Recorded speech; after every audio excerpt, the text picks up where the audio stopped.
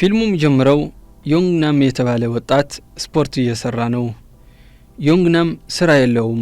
በዚህ ምክንያትም ሁሉም ደካማና ሰነፍ በማለት ይተቹታል። ብዙ መስሪያ ቤቶች ለስራ አፕላይ ቢያደርግም የትም መቀጠር አልቻለም። በዚህ የተነሳ አብዛኛው ጊዜ ከቤት ውጭ ያሳልፍ ነበር። ዮንግናም እናትና አባቱ ጋር የሚኖር ሲሆን ሁሌም ስራ እንዲሰራ ይገፋፉታል። ታላቅ እህቱም ባለ ትዳር ስትሆን ቤት በመጣች ቁጥር ግን ለምን ቤት ተቀምጠህ ትውላለህ? ለምን ወጣ ብለህ ስራ አታፈላልግም? በማለት ታናድደዋለች።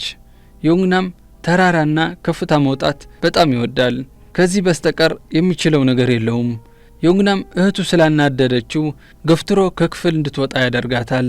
በዚህ ጊዜ በሐሳብ ወደ ኋላ ይመለስና በግሩፕ ውስጥ ሶሂ የተባለች ዮንግናም የሚወዳት ልጅ እናያለን።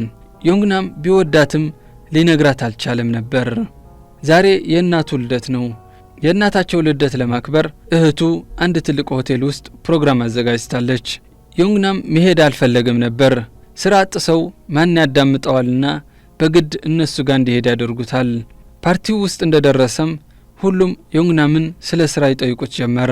ከውጭ እየሳቀ በውስጡ ግን በጥያቄያቸው ይናደዳል። ተናዶ ሊወጣ ሲል ድንገት የሚወዳት ሶሂ በሆቴሉ ሰራተኛ ሆና ያገኛታል። ሶሂም ስራ እንዴት ነው ትለዋለች።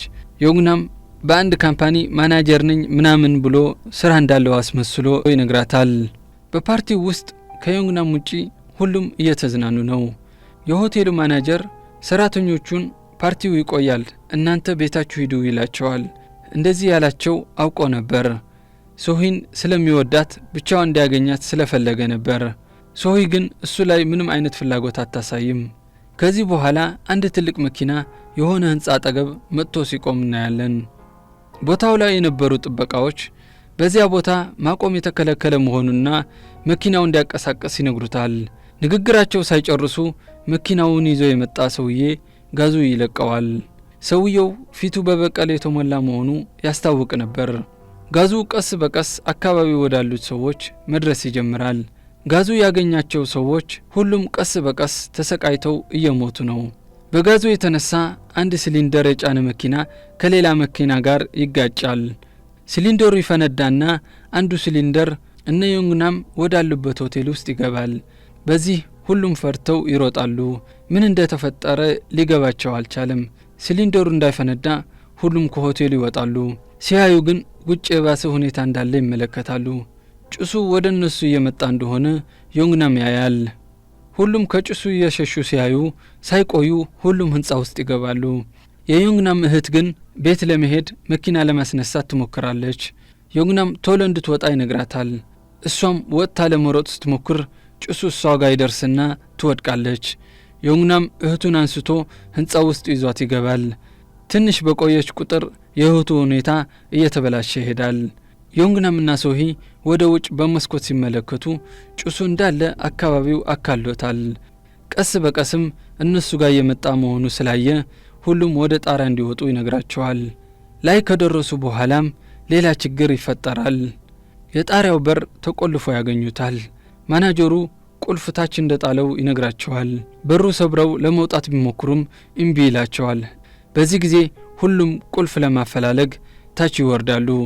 እያፈላለጉ እያለ ቲቪ ላይ ዜና ያያሉ። ዜናው ላይም ጋዙ አደገኛ እንደሆነና ሁሉም ሰው እነዚህ ማስኮች እንዲጠቀም ይናገራል። ይህ ማስክ የሚያገለግለውም ለ10 ደቂቃ ብቻ ነው። በተጨማሪም በሄሊኮፕተር ሰዎችን የማዳን ስራ እየተሰራ መሆኑን መረጃ ያገኛሉ። ይህ ካወቀ በኋላ ዮንግናም ቤተሰቡን ለማዳን ህይወቱ አደጋ ውስጥ ለመክተት ዝግጁ ይሆናል። በሩ በሌላኛው ሳይድ መከፈት እንደሚችል ሶሂን ይነግራታል። ተንጠልጥሎ ከህንጻው ወደ ላይ ለመውጣት ይወስናል። ላይ ወጥቶ በሩ እንደሚከፈት ቢነግራቸውም ውሳኔው አደገኛ መሆኑ ይነግሩታል። በተለይም እናትና አባቱ ሞኝነት ነው እረፍ ያሉት እነሱን ሳይሰማ ሮጦ ፊት ለፊቱ ወዳለው ህንጻ ይዘላል። እዛ ሆኖም እንዴት መውጣት እንዳለበት ያስባል። ከዛ ቀስ በቀስ ህንጻውን መውጣት ይጀምራል። ዮንግናም ትንሽ ስህተት ከሰራ ህይወቱ እንደሚያጣ ያውቃል። ምክንያቱም ተራራ መውጣትና ቀጥ ያለ ህንጻ መውጣት ሁለቱም የተለያዩ ናቸው። ትንሽ ከሄደ በኋላ የታሰረበት ገመድ ያጥራል። ዮንግናም ገመዱን ጥሎ ያለምንም ዋስትና ወደ ላይ ይወጣል። ትንሽ ቆይቶ ጣሪያ ላይ ይደርሳል። ለዚህ ስራው ሁሉም ማድነቅና ማመስገን ይጀምራሉ። በዚህ ጊዜ አንድ ሄሊኮፕተር ከላያቸው ያልፋል። ሄሊኮፕተሩ ሳያቸው ጥሏቸው ስላለፈ ሁሉም ሞባይላቸው አብርተው ወደ ላይ ምልክት መስጠት ይጀምራሉ። በተመሳሳይ ሰዓት የከተማው ፖሊስ ይህንን ጋዝ የለቀቀው ሰው በአንድ የኬሚካል ድርጅት ውስጥ መስራች እንደነበርና በአሁኑ ሰዓት ግን ከስራ የተባረረ መሆኑና እሱ ለሰራቸው ስራዎች እውቅና ስለተቀማ ነበር ለመበቀል ሲል ይህንን ጋዝ የሰራውና እዛ ድርጅት አካባቢ የለቀቀው።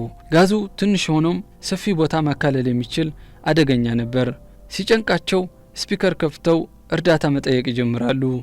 ቢሞክሩም ሊያያቸው አልቻሉም። በዚህ ጊዜ ሶሂ ትላልቆቹ መብራት ታበራና ታጠፋ ጀመር። ይህንን አይቶ አንድ ሄሊኮፕተር እነሱን ለመርዳት ይመጣል። እርዳታ ስላገኙ ሁሉም በደስታ ያብዳሉ። ነገር ግን ሄሊኮፕተሩ ላይ መውጣት ሲጀምሩ ሄሊኮፕተሩ ከመጠን በላይ ይሆኑበታል። በዚህ የተነሳ አንድ ሰው መቅረት ነበረበት። ሶሂ እኔ እቀራለሁ ብላ ትቀራለች። ዮንግናም ከሷ ጋር ለመቆየት ይወስናል። ትንሽ ቆይቶ አንድ ሄሊኮፕተር ያያሉ። ሄሊኮፕተሩ እነሱን ቢያያቸውም ጥሏቸው ወደ ሌላኛው ህንጻ ይሄዳል። ምክንያቱም እዛ ህንጻ የነበሩት በቁጥር ብዙ ነበሩ። በዚህ ጊዜ ዮንግናም እኛን ለመርዳት የሚመጣ ሄሊኮፕተር የለም፣ ራሳችን ማዳን አለብን ይላታል። የሚያስፈልጋቸው እቃዎች ሁሉም በመያዝ ከቦታው ይንቀሳቀሳሉ። ጋዙም ቀስ በቀስ ወደ ላይ እየወጣ ነበር። ጣሪያ ላይ ያሉትም ደህንነታቸው የተጠበቀ አይደለም። በዚህ ጊዜ የዮንግናም ቤተሰብ ደህንነታቸው ወደ ተጠበቀ ቦታ እንደደረሱ እናያለን። እህቱም መታከም ጀምራለች። ዮንግናምና ሶሂ በፕላስቲክ ተሸፍነው ማስክ አድርገው የሚቆዩበት ቦታ እያፈላለጉ ነው። ማስካቸው የሚቆየው ለ10 ደቂቃ ብቻ ስለሆነ ወደ አንድ ህንጻ ጣሪያ ይወጣሉ። ጋዙ እዛም ይደርሳል። ዮንግናም የቀረችው አንድ ማስክ አድርጎ ሌላ ለመፈላለግ ወደ ታች ይወርዳል። ሶሂ ጥሏት የሄደ መስሏት በንዴት መሳደብ ትጀምራለች። ዮንግናም በጋዙ ምክንያት ለማየት ተቸግሮ ነበር። ነገር ግን እንደምንም የተወሰኑ ማስኮችን ይዞ ሶሂ ጋር ይመለሳል። ሶሂ እሱን አይታ ደስ ይላታል። እዚህ ደግሞ የዮንግናም እናትና አባት ለልጃቸው ህይወት ተጨንቀዋል። ህይወት በማዳን ላይ የተሰማሩት ሰራተኞች የተለያዩ ሰዎች ይዘው ይመጣሉ። በሰዎቹ መሃል ግን ዮንግናም አልነበረም። አባቱ መረጋጋት ሲያቅታቸው ብቻቸው ለማፈላለግ ይሄዳሉ። እነ ዮንግናም በዚህ ጊዜ ከህንጻ ወደ ህንጻ ለመሸጋገር ረጃጅም ህንጻዎች በማፈላለግ ላይ ናቸው። በዛ ላይ መሸጋገሪያው ገመድ ስለሆነ በጣም አስቸጋሪ ነው። አሁን ያሉበት ህንጻ ሬስቶራንት ሲሆን ምግብ የሚዘጋጅበት ጠረጴዛ ላይ የጭስ መውጫ ቱቦ ስለነበረ ጭሱ በዛ አልፎ ቦታው እንዳለ ይሸፍነዋል። የቀረ ማስክ ስለነበራቸው ማስኩን ለብሰው ከቦታው ይሸሻሉ። እዛ አካባቢ ያለው ሁኔታ በቅርብ ለመከታተል 2 የሚዲያ ሰዎች ድሮን ይዘው ይመጣሉ። በዚህ ጊዜ የዮንግናም አባት መጥተው ሁለቱም የሚዲያ ሰዎች ብር ሰጥተው ልጃቸው በጭሱ መሃል እንዳለና እንዲያፈላልጉለት ይጠይቃቸዋል። በዚህ ጊዜ ሁለቱም ይመጡና ፊት ለፊታቸው ያለው ህንጻ ውስጥ የተጠመዱ ብዙ ሰዎች እንዳሉ ያያሉ። ህፃናትም እንዳሉ እያዩ እያለ አንድ ሄሊኮፕተር ሲያልፍ ሁለቱንም ያያቸዋል።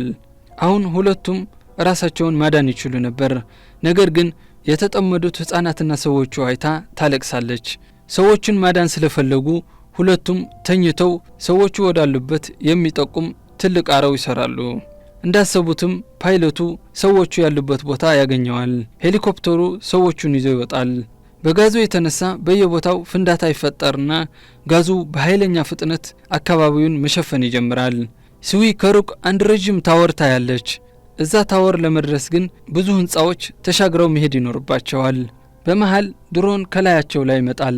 ድሮኑም አባቱ የላኩት ነበር። አባቱ በህይወት አይተውት በጣም ደስ ይላቸዋል። ድሮኑ የሚዲያ ስለነበር ቪዲዮአቸው በሚዲያ ቀጥታ ይሰራጫል።